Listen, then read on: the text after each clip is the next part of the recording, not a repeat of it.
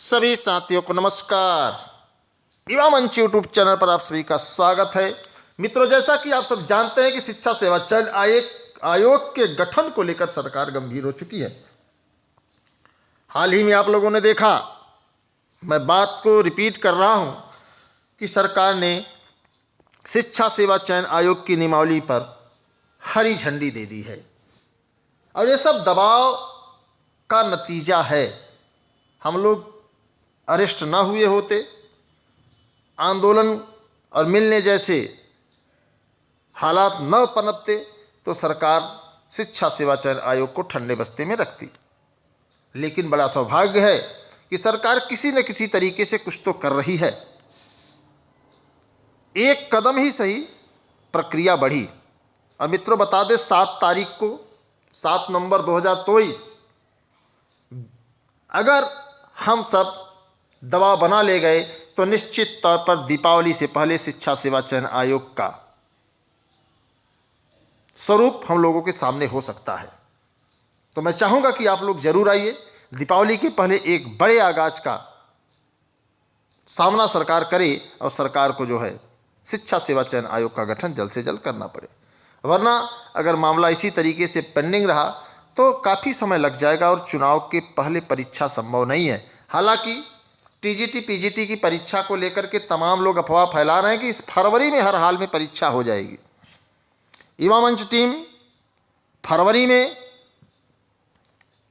जनवरी में परीक्षा कराने का पक्षधर है, लेकिन यह दावा नहीं किया जा सकता कि फरवरी में परीक्षा हो ही जाएगी। ये ज़्यादातर कोचिंग संचालक, यूट्यूबर्स, नोट्स बेचने वाले तमाम ऐसे गुट हैं जो आपको गुमराह कर रहे हैं। तो गुमराह नहीं होना है, अपने अधिकारों के लिए लड़ना है। साथ ही साथ जीआईसी एलटी समकक्षता विवाद के मामले को लेकर के एलटी जीआईसी का विज्ञापन आज तक लंबित चला रहा है। ऐसे हालात में मित्रों, आप सब समझ सकते हैं कि हमें आपको आंदोलन कर सरकार, कुछ लोग कह रहे हैं कि लोक सेवा आयोग पर आंदोलन करना चाहिए। मित्रों, बहुत स्पष्ट बताना चाहता हूं कि सही तरीके से लड़ेंगे तभी सरकार आपसे डरेगी। आखिर तमाम लोग लोक सेवा आयोग पर लड़ते हैं, तमाम लोग शिक्षा निदेशालय पर लड़ते हैं, आखिर उनके खिलाफ सरकार क्यों नहीं रहती है? जब आप सरकार के नब्ज पर, सरकार के मिशन पर वार करेंगे तब सरकार आपकी बात सुनेगी। और आपको पता होगा कि युवा मंच टीम सरकार के नब्ज पर वार करती है और सरकार बौखला जाती है, सरकार जो है विचलित हो जाती है और सरकार को कुछ न कुछ करना होता है। आपने देखा होगा। तो जब हम लोग नब्ज पर वार करते हैं तो सरकार उसको गंभीरता से लेती भी है और सरकार उस पर गंभीरता से विचार भी करती है। ऐसे में मैं सभी साथियों से निवेदन करूंगा कि आप लोग अधिक से अधिक संख्या में 7 नवंबर 2023 पत्थर गिरजाघर, सिविल लाइन, प्रयागराज, सुभाष चौराहे से 500 मीटर की दूरी पर स्थान है। जो तमाम साथी कहते हैं कि सुभाष चौराहे पर हम देखे ही नहीं है पत्थर गिरजाघर कहाँ है, वहाँ पर धरना स्थल स्थापित है। जिस तरीके से लखनऊ में इको गार्डन में धरना स्थल बना दिया गया है, ठीक उसी तरीके से प्रयागराज में सुभाष चौराहे से 500 मीटर की दूरी पर पत्थर गिरजाघर धरना स्थल बनाया गया है, जहाँ पर आप अपनी बात सरकार के अधिकारियों से सरकार तक पहुँचवा सकते हैं। तो एक बड़े गैदरिंग की ज़रूरत है और मैं चाहूँगा कि आप दीपावली पर घर जाएंगे तो दीपावली से पहले 7 तारीख को दिन मंगलवार समय 11 बजे आप सभी मित्रों से गुजारिश है कि अगर आप सब शिक्षा सेवा चयन आयोग के गठन पर सरकार की मंशा पर सवाल खड़ा करना चाहते हैं तो आप सब जरूर आइए। साथ ही साथ धारा 18, धारा 21 को जोड़ने वाली बात आप सब समझ सकते हैं, लगातार युवा मंच टीम उठा रही है और उठाती रहेगी, क्योंकि सेवा सुरक्षा बहुत ज़रूरी है।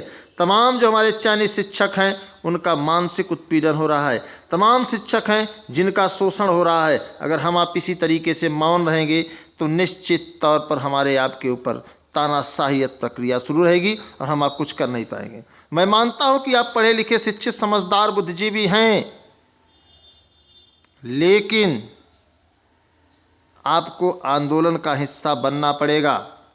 टीजीटी पीजीटी सीट वृद्धि को लेकर के लगातार युवा मंच टीम काम कर रही है। एलटीजीआईसी समकक्ष आहर्ता विवाद निपटाने को लेकर के लगातार युवा मंच टीम काम कर रही है कि जल्द से जल्द इसका विज्ञापन जारी हो और हमारे प्रदेश के जो नौजवान साथी हैं उन सभी के सपने साकार हों। तो मैं आपसे गुजारिश करूंगा मित्रों, निवेदन करूंगा कि आप सब मजबूती से इस लड़ाई को लड़ें।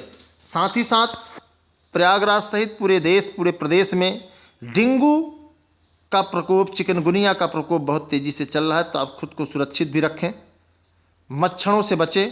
क्योंकि प्रयागराज में सरकार भले ही भाषण लंबे लंबे दे, लेकिन व्यवस्थाओं का सीधे सीधे आप लोग प्रकरण देख सकते हैं। और कल मैं बेली अस्पताल में गया था, शायद अन्य चैनलों के माध्यम से, समाचार पत्रों के माध्यम से आप तक सूचना पहुंच गई होगी। तो मैं आपको दिखाना चाहूँगा कि आखिर क्या हालात है बेली के, कि बेली बेहाल है। और आप सब जो है हर मुद्दे को अपना मुद्दा समझ करके इस वीडियो को शेयर करें ताकि सरकार तक आवाज़ पहुँचे। स्क्रीन पर आप देख रहे हैं कि बेली में स्वास्थ्य सेवा बदहाल, मंत्री को हमने बताया और अस्पताल में स्वास्थ्य सेवाओं को बदहाल होने का आरोप लगा। तो बेली आप तो आप बता दें कि अभी आपको दिखा रहे हैं कुछ नंबर ऐसे हैं जो बेली के लगते नहीं हैं। डॉक्टर्स जो है अपना कैंपस छोड़ करके गायब रहते हैं। आप पीड़ित हैं, आपकी हालत ख़राब है, तो आपका रूटीन चेकअप, रूटीन इलाज चलता है, आप पर कोई गंभीर नहीं होता। यही कारण है कि लोगों का सरकारी अस्पतालों से मोह भंग हो रहा है और ज़्यादातर जो डॉक्टर साहब लोग हैं वो प्राइवेट इलाज करने में ही ज़्यादातर कोशिश करते, चूँकि वहाँ उनको फीस मिलती है।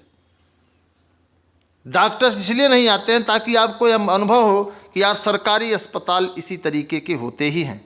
तो इन सभी चीज़ों को समझने की ज़रूरत है, इन सभी चीज़ों को जानने की ज़रूरत है कि भैया मेरे ये महामारी है, डेंगू एक इतनी बड़ी बीमारी है कि कई साथियों की जान चली गई, कई लोगों ने अपने प्राण गंवा दिए। थोड़ी सी लापरवाही, तो लापरवाही ना करें। अगर इस समय में आप बीमार हैं तो लापरवाही ना करें, वो आपके ऊपर भारी पड़ सकता है।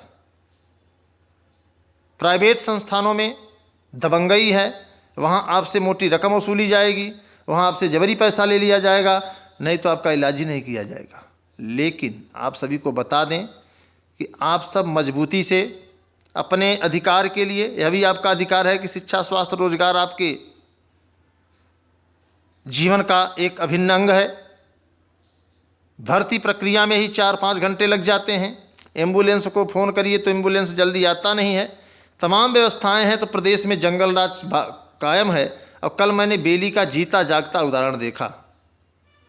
किस महामारी के दौरान आला अधिकारी कितने सुस्त हैं। बेली अस्पताल ही नहीं, प्रयागराज में जितने भी सरकारी अस्पतालें हैं वहाँ इर्द गिर्द कूड़े का पूरा ढेर लगा हुआ है। वहाँ इर्द गिर्द चारों तरफ देखिए तो पूरा जंगल है, वहाँ पर मच्छर जरूर हैं। इतना ही नहीं, हमें आपको मजबूती से जो है सरकार को इस चीज़ों से आभास कराना होगा कि ज़्यादातर डॉक्टर प्राइवेट क्लिनिकों में बैठते हैं, ज़्यादातर डॉक्टर अपने घर में क्लिनिक खोल करके बैठे हैं, तो सरकारी अस्पताल में कौन जाएगा। और सरकार भी डॉक्टर्स की भर्ती नहीं कर रही है। इस कारण से जो है एक बड़ा खेमा इलाज से वंचित है। तो डॉक्टर्स को भी भर्ती के लिए सरकार को गंभीर होना चाहिए। डॉक्टर्स की भर्ती होनी चाहिए। जब हम स्वस्थ ही नहीं रहेंगे, हमारा इलाज ही नहीं हो पाएगा, तो हम बहुत मास्टर ही बन जाएंगे तो क्या कर लेंगे। इलाज तो ज़रूरी है ना। तो इस बात को लेकर के आप लोग देख सकते हैं समाचार पत्रों में, दैनिक जागरण, आईनेक्स में आपकी बात छपी हुई है और युवा मंच टीम का ये प्रयास है। तो आप देख सकते हैं दूसरे भी समाचार पत्र में आराम से मोबाइल नंबर पर इनकमिंग सेवा बंद थी। आपको बता दें, मैंने उस नंबर को भी लिखा है। ये नंबर लगातार संपर्क में उठता नहीं है और 800-5152-521 पर अगर आप कॉल करेंगे तो नंबर जो है इसमें इनकमिंग कॉल की सेवा बंद मिल रही है। तो ऐसे में आप समझिए कि आप कैसे कोई शिकायत करेगा, कैसे कोई पहुंच पाएगा डॉक्टर साहब के पास। तो ये चीज़ें हैं, जिन चीज़ों को आप लोग समझिए। इस पर भी हम लोगों को आवाज़ उठानी है। ये हमारे आपके परिवार के ही डेंगू के से पीड़ित लोग हैं। बाकी आप लोग समझदार हैं, वीडियो को शेयर कर दीजिए ताकि सरकार तक ये आवाज़ पहुँचे। धन्यवाद।